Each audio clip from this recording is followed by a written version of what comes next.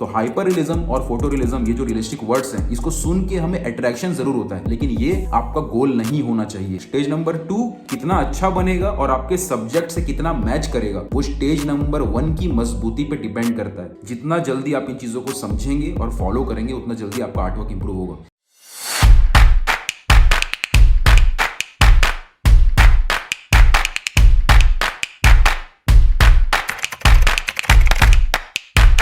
आप में से मैक्सिमम लोग YouTube पे जाके चीज़ें सर्च करते हैं और ये कंफ्यूजन में रहते हैं कि अरे दुनिया में इतने सारे आर्टिस्ट हैं, इतने सारे YouTube चैनल है, इतने सारे लोग हैं, सब ड्राइंग को अलग वे में बना रहे हैं। कोई कहता है कि ड्राइंग को ऐसे शुरू करो, कोई कहता है ड्राइंग को ऐसे शुरू करो, कोई कहता है शेप्स के ऊपर पहले ध्यान दो, कोई कहता है कि सिंप्लीफिकेशन के ऊपर पहले ध्यान दो।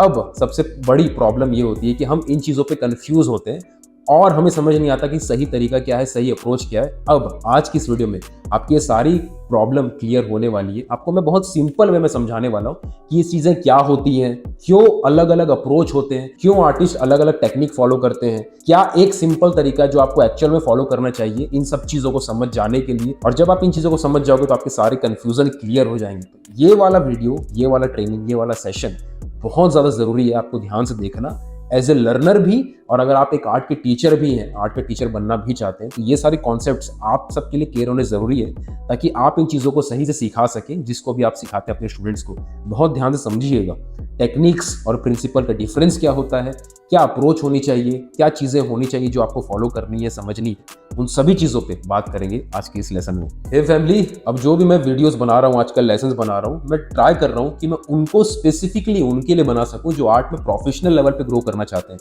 क्योंकि कुछ टेक्निकल टर्म्स हैं, कुछ फंडामेंटल लेवल पे स्ट्रेंथ वाली बात है, और ये चीज़ें आपको पता होनी ज़रूरी है अगर आप प्रोफेशनली इस फील्ड में जाना चाहते हैं। तो अगर आप प्रोफेशनल नज़र से आर्ट की फील्ड में जाना चाह रहे हैं तो ये वीडियो आपके लिए मस्ट है। ओके, अगर आप हॉबी के लिए कर रहे हैं, फन के लिए कर रहे हैं, तो इस टाइप की डीप लेवल पे जो बात होती है उसको आप छोड़ सकते हैं, कोई प्रॉब्लम नहीं। लेकिन अगर आप प्रोफेशनल बनना चाह रहे हैं, आर्ट टीचर बनने के हिसाब से काम कर रहे हैं, अर्निंग के हिसाब से आर्ट की फील्ड में जा रहे हैं, तो ये फंडे, ये कॉन्सेप्ट्स क्लियर होना बहुत ज़्यादा ज़रूरी है। जितना जल्दी क्लियर हो जाए उतना आपका समय बचेगा, उतना आपका टेंशन बचेगा, उतना आपका टाइम वेस्ट होने से आप बचोगे। तो ध्यान से देखना, जो भी पॉइंट्स इस वीडियो में बताई जा रही है, एक एक बात को सुनना, लिखना और समझने की पूरी कोशिश करना। शुरू करते हैं आज का ये lesson.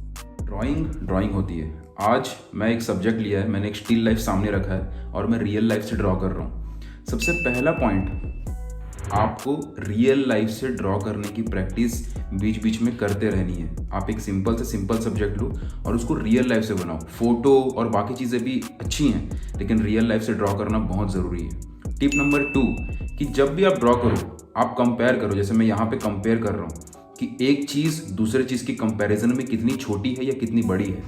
Tip number 3, always simplify. यहाँ पे मैं स्ट्रेट लाइन, एंगल्स के हेल्प से ड्राइंग कर रहा हूँ।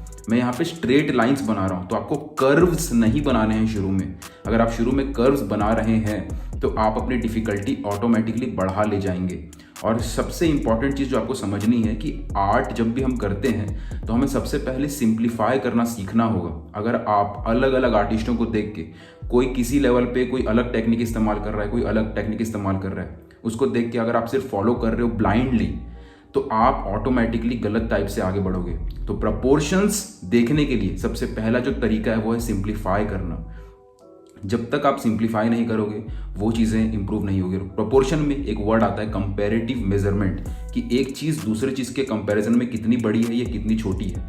जब एक चीज़ की, एक लाइन को हम दूसरे लाइन से कंपेयर करते हैं, एक सब्जेक्ट को, एक एरिया को दूसरे एरिया से कंपेयर करते हैं, उसको कहते हैं कंपैरेटिव मेजरमेंट। उसके बाद आता है एंगल, कि एंगल कितना टेढ़ा है, एंगल थोड़ा सा टेढ़ा है, ये ज़्यादा टेढ़ा है, ये और ज़्यादा टेढ़ा है। जैसे हम घड़ी को इमेजिन करते हैं कि घड़ी में 12 बजे हैं, 1 बजा है, 2 बजा है, तो वो एंगल, घड़ी के एग्जाम्पल से आप एंगल को जजमेंट कर सकते हो। तीसरा वर्ड जो आपने यहाँ पे सीखा वो है सिंप्लीफाई। हमेशा आपको सिंप्लीफाई करना है। आपको किसी को भी ब्लाइंडली, किसी भी आर्टिस्ट को फॉलो नहीं करना है। जितने भी बिगनर आर्टिस्ट हैं जो किसी भी आर्टिस्ट को देख के बस ब्लाइंडली फॉलो करते हैं कि ये तो बहुत बड़े आर्टिस्ट हैं, इनका तो ऐसा टेक्निक है, ये तो डायरेक्टली फेस बना देते हैं, ये तो डायरेक्टली इस तरीके से क्विकली एक लाइन बना देते हैं, आपको वो चीज़ फॉलो नहीं करनी। आपको पहले सिंप्लीफाई करना सीखना है, क्योंकि सिंप्लीफाई करना कोई टेक्निक नहीं होती है। सिंप्लीफाई करना एक प्रोसेस होता है लर्निंग का। आपको वो चीज़ समझनी ही पड़ेगी, उसके बाद ही आप कर्व ऐड करेंगे। जैसे कि यहाँ पे अगर मैंने एक सिंपल स्टिल लाइफ बनाया है तो सिंप्लीफाई करने के बाद, एंगल्स को स्ट्रेट लाइंस में कन्वर्ट करने के बाद, सारी लाइंस को स्ट्रेट लाइंस में बनाने के बाद, प्रपोर्शन को जज करने के बाद कि कौन सी चीज़ कहाँ पे आएगी, कौन सी लाइन कहाँ पे आएगी, ये सब चीज़ चेक करने के बाद ही मैं यहाँ पे कर्व ऐड कर रहा हूँ। ओके, और ये जो ड्राइंग मैं आपको बना के दिखा रहा हूँ ये मैं बहुत रफली बना रहा हूँ। यहाँ पे मेरा गोल परफेक्ट जो मेरे सामने सब्जेक्ट है उसको देख के एग्जैक्ट बनाने का नहीं है, और ये चीज़ समझना बहुत ज़रूरी है। और ये जो पॉइंट मैंने आपको बोला कि मेरा गोल चीज़ों को देख के बनाना है लेकिन एग्जैक्ट बनाना नहीं है, ये चीज़ पोर्ट्रेट में, फिगर ड्राइंग में, हर सब्जेक्ट में लागू होती है। जब भी आप किसी का चेहरा बनाते हैं, किसी का पोर्ट्रेट बनाते हैं, तो आपके मन में एक चीज़ आती है कि इसमें ना इसका फेस मैच हो जाए, इसका चेहरा ना मेरे ड्राइंग से मैच हो जाए, तब जाके पता चलेगा कि मैं पोर्ट्रेट आर्टिस्ट हूँ। ऐसा नहीं होता है। आपको किसी के चेहरे को मैच करना आपका गोल नहीं है। आपका गोल ये है कि चेहरे में लाइंस कहाँ पे आएंगी, सिंप्लीफाई करते समय कौन सा एंगल, सारी लाइन सही जगह पे हैं या नहीं। अगर वो चीज़ आप सही से कर रहे हो तो आने वाले स्टेज में आप जा पाओगे। अब है ये स्टेज 2 जहाँ पे हमने कर्व्स वगैरह ऐड की। स्टेज 1 में क्या था कि हमने सिंप्लीफाई किया, लाइंस खींचे, सिंपल एंगल्स को जज किया। स्टेज 2 में क्या था कि हमने पूरे ड्राइंग को कंप्लीट किया। अब स्टेज 3 में क्या है, जब स्टेज 3 में हम जाएंगे तो वहाँ पे हम थोड़ी बहुत डिटेलिंग्स, थोड़ी बहुत शेडिंग, जो भी आप सोचते हैं ना, डिटेल्स करना, हाइपर रियलिज्म, फोटो रियलिज्म, ये सब जो आप सोचते हैं तो आप उसको स्टेज 3 मान सकते हैं। तो स्टेज 1 में क्या था कि हमने सिंप्लीफाई किया, सिंपल लाइंस में चीज़ों को बनाया, कौन सी चीज़ कहाँ पे आएगी, बहुत ज़्यादा फोकस और बहुत ज़्यादा टाइम आपको लगाना है स्टेज 1 में। उसके बाद स्टेज 2 आपका अच्छा अपने आप बनने लगेगा अगर स्टेज 1 आपका सही है तो। बहुत बड़ी बिगिनिंग में जो मैक्सिमम लोग गलती करते हैं वो ये कि स्टेज 3 की चीज़ को स्टेज 1 में करने लगते हैं या स्टेज 2 की चीज़ को पहले करने लगते हैं। स्टेज 1 पोर्ट्रेट हो, फिगर हो, स्टिल लाइफ हो, कोई भी सब्जेक्ट हो, इजी से इजी सब्जेक्ट, हार्ड से हार्ड सब्जेक्ट, फंडामेंटल और प्रिंसिपल सेम ही होते हैं। अगर आप एक सिंपल स्टिल लाइफ का मैंने एग्जांपल इसलिए लिया ताकि जो भी पॉइंट्स यहाँ पे मैं शेयर कर रहा हूँ आप उसको इंप्लीमेंट कर पाएं। अगर मैं डायरेक्टली पोर्ट्रेट या फिगर ड्राइंग या डायरेक्टली कोई डिफिकल्ट सब्जेक्ट लूंगा तो आपको सुनने में, ड्राइंग को देखने में मजा आएगा कि वाह पोर्ट्रेट बन रहा है, वाह फिगर बन रहा है, लेकिन उसको आप रियल लाइफ में इंप्लीमेंट नहीं कर पाओगे। आप कितना भी अट्रैक्ट हो जाओ इन सब बातों को सुन के, अगर आप उसको इंप्लीमेंट नहीं कर पा रहे हो तो कोई फायदा नहीं है लर्निंग का, इंप्रूव करने का। तो स्टेज 1, स्टेज 2, स्टेज 3, इन तीनों को आपको ध्यान रखना है कि स्टेज 1 में आपका काम है सिंपल लाइंस को, सीधी लाइंस को, कहां पे क्या लाइन आएगी उस मार्किंग को बहुत फोकस के साथ करना है। टाइम लग रहा है लगने दो लेकिन ध्यान से करो। स्टेज 2 में आपको कर्व ऐड करने हैं ताकि वो कर्व जो भी है, जो आप सब्जेक्ट लिए हो, भले वो स्टिल लाइफ हो, पोर्ट्रेट हो, फिगर हो, कुछ भी हो, उस कर्व से वो मैच करने लगे तो धीरे धीरे आप अपने ड्राइंग को धीरे धीरे ऊपर की तरफ लेके जाओगे, हड़बड़ा के नहीं। स्टेज 1 हो गया, स्टेज 2 हो गया। स्टेज 3 में हमने वॉल्यूम के ऊपर काम किया, प्लेन्स के ऊपर काम किया। वॉल्यूम का मतलब कि कहाँ डार्क है कहाँ लाइट है, वो 3 डायमेंशनल जो फील है उसको वॉल्यूम कहते हैं। ओके, उसके बाद प्लेन्स की, ये साइड प्लेन है, ये टॉप प्लेन है, ये फ्रंट प्लेन है, वो सारी चीजें जो एडवांस चीजें हैं वो स्टेज 3 में आती है, तब जाके कोई वर्क रियलिस्टिक वर्क बोलता है। टर्मिनेटर लाइन एटसेट्रा, जो भी मैंने यहाँ पे चीजें लिखी है, वैल्यू, शेप्स, जो भी सब्जेक्ट आपने लिया, अगर यहाँ पे मैंने एक स्टिल लाइफ लिया है, अगर मेरा गोल है कि मुझे रियलिस्टिक वर्क बनाना है और इसी स्टिल लाइफ से पूरा मैच करना है, ये मेरा पोर्ट्रेट है, मुझे मेरा वर्क को इस पोर्ट्रेट से पूरा मैच करना है, वो सारा फोकस और बारीकियां स्टेज 3 में आएंगी। अब मैं आपको एक क्विक एग्जांपल दिखाता हूं कि जो चीजें आप सोशल मीडिया पे या इधर उधर कहीं से देखते हैं, एक तरीका ये हो सकता है। फॉर एग्जाम्पल, ये स्टिल लाइफ को मैं बना रहा हूं, मैंने एक सिंपल स्ट्रेट लाइन खींची और एक मिडिल में से हॉरिजॉन्टल लाइन खींची, एक वर्टिकल लाइन खींची, एक हॉरिजॉन्टल लाइन खींची। कई सारे बुक्स में या कई सारे टेक्निक्स में आप ये वाला तरीका देखते होंगे। स्टिल लाइफ बना रहा हूं मैं, पोर्ट्रेट बनाते समय भी ये तरीका इस्तेमाल होता है। कई सारे बुक्स में बहुत जगहों पे इस तरीके से पोर्ट्रेट भी बनाया जाता है।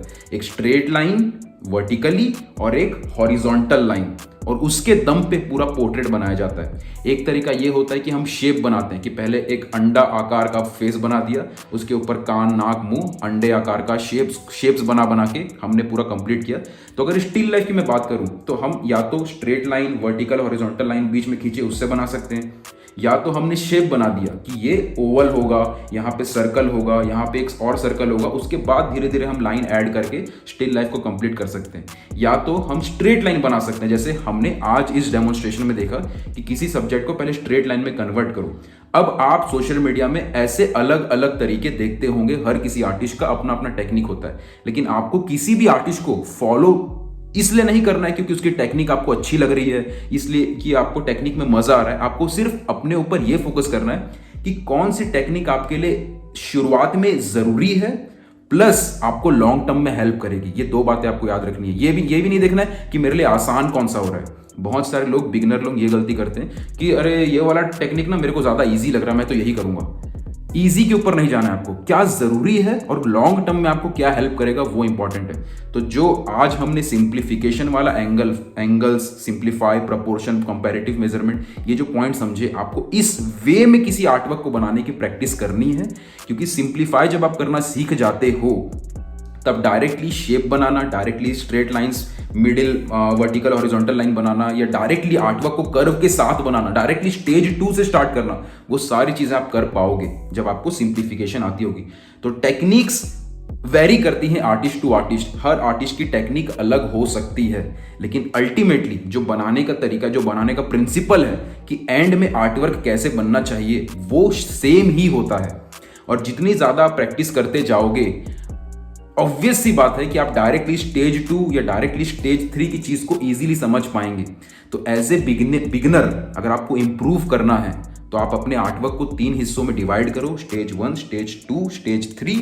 उसके बाद पहले स्टेज में एंगल्स कैसे होने चाहिए, मार्किंग कहाँ पे होनी चाहिए, कौन सी लाइन किस जगह पे बननी है, वो सब चीज़ों को ध्यान रखना है। स्टेज 2 में आपको कर्व्स ऐड करने हैं धीरे धीरे करके। स्टेज 3 में आपको डिटेलिंग्स की तरफ जानी है। स्टेज 3 यहाँ पे मैंने शो नहीं किया है, रफली मैंने स्टेज 3 के ऊपर काम किया, वो मैं आपको शो करूँगा। थोड़ी सी वैल्यू ऐड करने के बाद, डार्कनेस और लाइटनेस को हल्का फुल्का ऐड करने के बाद, ये रहा फाइनल आर्टवर्क जहां पे मैंने थोड़ा बहुत वैल्यू ऐड किया, डार्कनेस और लाइटनेस ऐड किया है।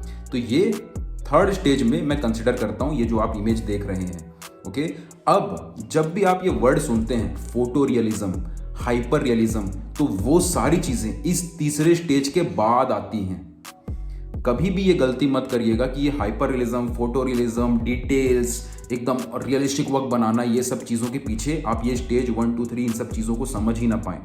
जितना जल्दी आप इन चीज़ों को समझेंगे और फॉलो करेंगे, उतना जल्दी आपका आर्टवर्क इंप्रूव होगा। क्योंकि जितने भी हाइपर रियलिज्म, फोटो रियलिज्म जो भी आप सुनते हो, जितने भी डिटेल वर्क, जितने भी दुनिया के सबसे बड़े से बड़े आर्टिस्ट जो डिटेल से डिटेल वर्क करते हैं, वो हर एक चीज़ ये तीसरे स्टेज के बाद ही आती है, पहले कभी नहीं आती। हो सकता है कई बार वो तीसरा स्टेज आपको दूसरे में दिखने लगे, क्योंकि आर्टिस्ट इतना ज़्यादा प्रैक्टिस कर चुके हों कि उनको पहले स्टेज या दूसरे स्टेज को बना के दिखाने की जरूरत ना पड़े। लेकिन as a beginner, as a learner, आपको ये समझना जरूरी है कि पहला स्टेज या दूसरा स्टेज हमेशा रहता ही है। कभी पेपर पे दिखता है, कभी दिमाग में आर्टिस्ट के चल रहा होता है, लेकिन आपको ये समझना पड़ेगा कि तीसरे स्टेज में अगर ये जो आर्टवर्क बन गया, ओके, इसमें अगर मैं और डिटेल्स ऐड करता जाऊं, धीरे धीरे धीरे धीरे और बारीकियां ऐड करता जाऊं, तो सिर्फ it is the matter of time and patience. समय ज्यादा लगेगा और ज्यादा पेशेंस के साथ मुझे काम करना पड़ेगा, एंड ऑटोमेटिकली इसमें ज्यादा डिटेल्स में ऐड कर पाऊंगा और इसको मैं रियलिज्म, हाइपर रियलिज्म या फोटो रियलिज्म की तरफ ले जा सकता हूं। तो हाइपर रियलिज्म और फोटो रियलिज्म, ये जो रियलिस्टिक वर्ड्स हैं, इसको सुन के हमें अट्रैक्शन जरूर होता है, लेकिन ये आपका गोल नहीं होना चाहिए। आपका गोल होना चाहिए कि आप शुरू में चीजों को सिंप्लीफाई कर सको, ताकि कौन सी चीज कहां पे आई है, कौन से लाइंस कहां पे आने हैं, वो पहले आप डिसाइड करें और उसमें सबसे ज्यादा आपको टाइम देना है। सबसे ज्यादा टाइम देने का वहां मन करता नहीं है, और ये बहुत बड़ी बिगिनर मिस्टेक है कि मन नहीं करता है कि हम किसी ड्राइंग को बनाते समय शुरुआत में लाइंस कहाँ आनी है, कौन सी लाइन कहाँ आनी है, कौन सा एंगल कहाँ आना है, उसमें फोकस करें। क्योंकि हमारा मन क्या करता है कि जल्दी जल्दी खत्म हो, डिटेलिंग्स का पार्ट आ जाए और हम सुंदर सुंदर डिटेलिंग्स, हाईलाइट्स, ओके, थोड़े फाइनल टचेस, वो सब देने का मन करता है। लेकिन अंडरस्टैंड, जब तक वो इनिशियल स्टेज स्ट्रांग नहीं है, फाइनल स्टेज में आप जितनी मेहनत करोगे, आपका बस टाइम बर्बाद होगा और कुछ नहीं। तो पहला पॉइंट कि आपको सिंप्लीफाई और मार्किंग वाले स्टेज पे पूरा फोकस करना है, स्टेज नंबर 1 पे। स्टेज नंबर 2 कितना अच्छा बनेगा और आपके सब्जेक्ट से कितना मैच करेगा, वो स्टेज नंबर 1 की मजबूती पे डिपेंड करता है। यहाँ पे मैंने स्टिल लाइफ लिया है, ये हर एक सब्जेक्ट में लागू होता है, भले वो स्टिल लाइफ हो, पोर्ट्रेट हो, फिगर हो या कोई भी सब्जेक्ट हो। तो जब स्टेज नंबर 2 में आप कर्व्स वगैरह ऐड करेंगे और अपने आर्टवर्क को अपनी रेफरेंस इमेज के थोड़ा क्लोज लेके जाएंगे, उसके और करीब जाएंगे, तब वहाँ पे आप एक्चुअल में अपने आर्टवर्क को थोड़ा और ज़्यादा ध्यान से देखना शुरू करेंगे कि कहाँ पे कर्व है, कहाँ पे छोटे छोटे कर्व्स ऐड हैं, ताकि ओवरऑल जो ड्राइंग का स्ट्रक्चर है वो आपको सही से मिल सके। एक बार आपका ये फर्स्ट स्टेज और सेकंड स्टेज स्ट्रांग हो जाता है, तब तीसरे स्टेज में जब आप शेडिंग्स, डार्कनेस, लाइटनेस, वॉल्यूम, इन सब चीज़ों पे फोकस करने जाएंगे, तो तीसरे स्टेज में आप उस इमेज का, जो भी इमेज आपने लिया, जो भी रेफरेंस इमेज, या फिर आप डायरेक्टली अगर लाइव बना रहे हो किसी चीज़ को, किसी सब्जेक्ट को, तब वहाँ पे आप और थोड़ा फोकस के साथ देखना शुरू करेंगे। तो आर्टिस्ट की जो आंखें होती हैं वो धीरे धीरे फोकस होती हैं। एक बच्चे की आंख या एक बिगिनर की आंख कैसे काम करती है कि हम किसी को देखते हैं तो डायरेक्ट डिटेल्स देखना शुरू कर देते हैं, लेकिन एक आर्टिस्ट की आंख कैसे देखती है कि पहले हम बाहरी रूप से सिंप्लीफिकेशन देखते हैं, फिर अगले स्टेज में थोड़ा और डिटेल्स देखते हैं, थोड़ी और क्लोज के साथ देखते हैं, तीसरे स्टेज में और थोड़ी बारीकी से साथ देखते हैं, और हमें अगर फोटो रियलिज्म, हाइपर रियलिज्म तक जाना है तो हम धीरे धीरे उस फोकस को और करीब लेके चले जाते हैं। और एक स्टेज ऐसा आ जाता है जब हम बहुत ज़्यादा हाइपर रियलिज्म की बात करें, तो एक स्टेज ऐसा आता है जब अगर मैं ये पूरा फेस बना रहा हूँ तो इस पूरे फेस को ना देख के मैं एक छोटे छोटे हिस्से को देखना शुरू कर देता हूँ कि यहाँ पे कितना डिटेल्स है, यहाँ कितना डिटेल्स है, यहाँ कितना डिटेल्स है, यहाँ कितना डिटेल्स है, अरे ये पिंपल्स है तो इस पिंपल के दाग भी हैं। इतना डिटेल बहुत लास्ट स्टेज में जाते हैं। तो जब तक आप इस स्टेज की प्रक्रिया में, इस प्रॉपर प्रक्रिया में काम कर रहे हो, तब तक आपका आर्टवर्क इंप्रूव होगा। अगर आपने हड़बड़ाहट में दूसरे को देख के, किसी और से अट्रैक्ट होके इधर उधर करने लग गए आप सारे स्टेजेस को, तो ऑटोमेटिकली आपको मज़ा हो सकता है आए शॉर्ट टर्म में, लेकिन लॉन्ग टर्म में ग्रोथ नहीं होगी। तो आई होप कि ये सारे पॉइंट्स इस लेसन को देखने के बाद अब आपके क्लियर हो गए हों कि ड्राइंग फंडामेंटल की कितनी ज़्यादा इंपॉर्टेंस होती है किसी भी आर्टवर्क में। तो आई होप कि आपको सारी चीज़ें क्लियरली समझ में आई हो। First stage, second stage, third stage क्या होता है, टेक्निक वर्सेस प्रिंसिपल क्या होता है, ये चीज़ें अगर आपको क्लियर हुई हैं तो कमेंट सेक्शन में बताइएगा। प्लस एक और चीज़, आपके साथ मैंने artist growth hack series share करी है, नीचे लिंक में आपको आर्टिस्ट ग्रोथ हैक सीरीज का लिंक मिलेगा। एक फ्री सीरीज है जहाँ पे कुछ ऐसे पॉइंट्स आपके साथ शेयर किए गए हैं जो आपको प्रोफेशनल लेवल पे ग्रो करने में हेल्प करेंगे। सो मेक श्योर इस सीरीज को एक बार आप जरूर ध्यान से देखिए, सारे नोट्स बनाइए। 24 घंटे तक ये सीरीज आपके पास रहती है। इस लेसन्स को, इस सीरीज को आप एक सेटिंग में देख सकते हैं कंप्लीटली, और सारी चीज़ों को इंप्लीमेंट करते ही आपको अपनी लाइफ में प्रोफेशनल ग्रोथ दिखेगी। सो सीरीज नीचे डिस्क्रिप्शन में सबसे पहले लिंक में शेयर की गई है। Thank you so much for watching this video. Love art, live art.